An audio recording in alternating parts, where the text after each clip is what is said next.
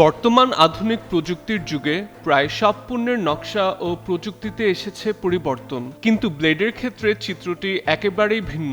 দৈনন্দিন জীবনের অত্যন্ত প্রয়োজনীয় এই জিনিস দিয়ে চুল কাটা, দাড়ি কামানো থেকে শুরু করে নানা কাজ করা হয়ে থাকে। তবে অবাক করার বিষয় হলো, গত প্রায় 125 বছরেও ব্লেডের মূল নকশা বা আকারে তেমন কোনো পরিবর্তন আসেনি। কেন একই রকম রয়ে গেছে ব্লেডের ডিজাইন? কিভাবেই বা শুরু হয়েছিল এর ব্যবসা?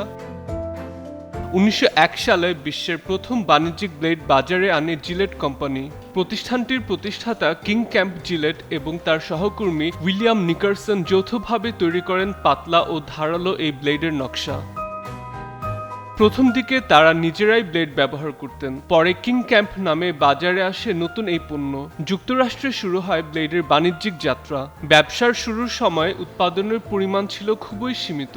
জানা যায় প্রথম কয়েক বছরে মাত্র 165টি ব্লেড তৈরি করা হয়েছিল। তবে ধীরে ধীরে জনপ্রিয়তা বাড়তে থাকে এবং বিস্তৃত হতে থাকে এর বাজার।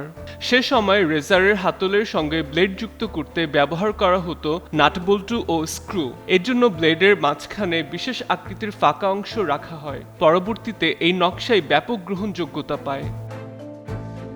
এরপর একের পর এক নতুন ব্র্যান্ড বাজারে এলো, ব্লেডের মৌলিক নকশা আর পরিবর্তন হয়নি। ব্লেডের মাঝের ফাঁকা অংশ এবং নির্দিষ্ট মাপ বিশ্বজুড়ে প্রায় একই রয়ে গেছে, কারণ পুরনো রেজারের সঙ্গে সামঞ্জস্য রেখে তৈরি করা এই নকশাই হয়ে ওঠে শিল্পের মানদণ্ড। ফলে নতুন কোম্পানিগুলোও একই কাঠামো অনুসরণ করতে শুরু করে।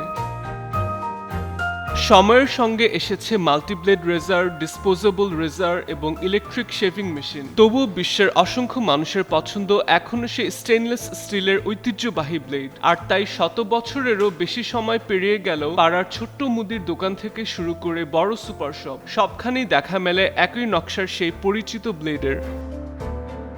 প্রযুক্তির দ্রুত পরিবর্তনের এই যুগেও একটি পণ্যের নকশা শতাব্দীর বেশি সময় ধরে টিকে থাকা নিঃসন্দেহে ব্যতিক্রমী ঘটনা, আর সেই উদাহরণগুলোর অন্যতম হলো ব্লেড।